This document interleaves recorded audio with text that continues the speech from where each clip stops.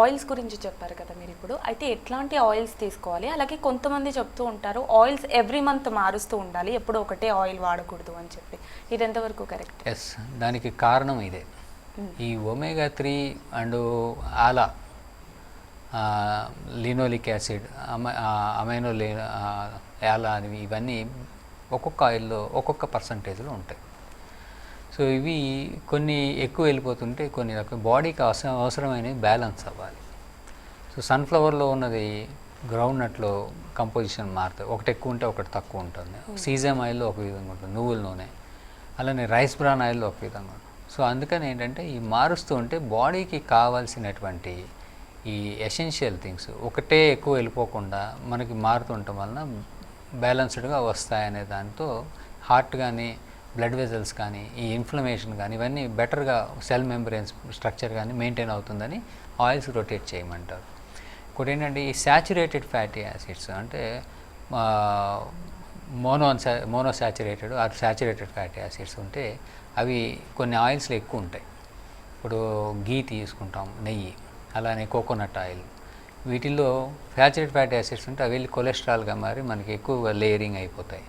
అలా కాకుండా ఇవి మారుస్తూ ఉంటే poly unsaturated fatty acids, mono unsaturated fatty acids అంటే ఏంటంటే ఇవి కొంచెము ఇన్ఫ్లమేషన్స్ తగ్గించి మనకి బ్లడ్ వెజల్స్లో అక్యుములేట్ అవ్వకుండా కొలెస్ట్రాల్ ఫామ్ అవ్వకుండా బ్యాడ్ కొలెస్ట్రాల్ గుడ్ కొలెస్ట్రాల్ని పెంచుతుంది. ఇట్లా బాడీలో సమతుల్యతను మెయింటైన్ చేస్తుంది. సో అన్ని రకాల ఆయిల్స్ని మార్చుకుంటూ తీసుకుంటే నష్టం రాకుండా మనకి హెల్తీగా మెయింటైన్ అయ్యే ఛాన్స్ ఉంది. అందుకని ఆయిల్ రొటేషన్ చేసుకోవాలి. లేదా మంచి ఆయిల్ బ్లెండెడ్ ఆయిల్స్ అని వస్తున్నాయి ఇప్పుడు. అంటే ఏంటంటే అన్ని రకాల ఆయిల్స్ని గుడ్ ఆర్ బ్యాడ్గా అవ్వకుండా వాటిని బ్యాలెన్స్ చేసి కలిపేసి బ్లెండెడ్ అని వస్తున్నాయి, అవి కూడా తీసుకోవచ్చు బెటర్. కానీ ఈ ఆయిల్స్ని ఏది తీసుకున్నా మనం వాటిని హీట్ చేయకూడదు, వేడి చేసి హైడ్రోజనేషన్ అయిపోతాయి, అంటే ర్యాన్సిడ్ అయిపోతుంది ఎక్కువసార్లు. ఇప్పుడు బయట తిన్న ఆయిల్స్లో అదే ప్రాబ్లం. ఈ బయట తిన్న ఆయిల్స్ని బాగా ఆయిల్ హీట్ చేస్తూ ఉంటే కెర్లుతూ ఉంటుంది. సో అవి ర్యాన్సిడ్ అయిపోయి ఆయిల్ కలర్ మారిపోతుంది, థిక్నెస్ మారిపోతుంది. ఆయిల్ ఫ్లో ఉండకుండా కొంచెం థిక్గా మందంగా అయిపోతుంది. దాన్ని ర్యాన్సిడిటీ అంటారు. అది ఎట్లా థిక్గా అయిపోయి కలర్ మారిందంటే అది కొలెస్ట్రాల్గా మన బాడీలోకి వెళ్తుంది. కొలెస్ట్రాల్గా వెళ్ళిందంటే మనకు వెజల్స్లో అడ్డుపోయి ప్రాబ్లమ్స్ వస్తాయి. సో అలా ర్యాన్సిడ్ అవ్వకుండా ఉండాలంటే ఆయిల్ని స్మోకింగ్ పాయింట్ అంటే ఇప్పుడు బాయిలింగ్ పాయింట్ దగ్గర వాటిని అవి ర్యాన్సిడ్ అవుతాయి.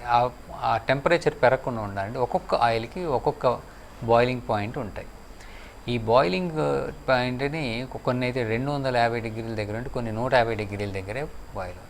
సో మనం సాధారణంగా వంట చేసేటప్పుడు 400 డిగ్రీల సెంటీగ్రేడ్ నుంచి 300 డిగ్రీల సెంటీగ్రేడ్ దగ్గర మనము పొయ్యి పెడతాం. సో అందుకే లో ఫ్లేమ్ లో హీట్ కుకింగ్ ఇప్పుడు ప్రిఫరబుల్గా ఆయిల్ పాడకుండా హెల్తీగా ఉండడానికి. దానివల్ల ఇన్ఫ్లమేషన్ లంగ్ హెల్తే కాదు, హార్ట్ హెల్తే కాదు, బ్లడ్ వెజల్స్ హెల్త్ అన్ని రకాలు అన్నీ మనకి పేగులు అన్నీ బాగుంటాయి.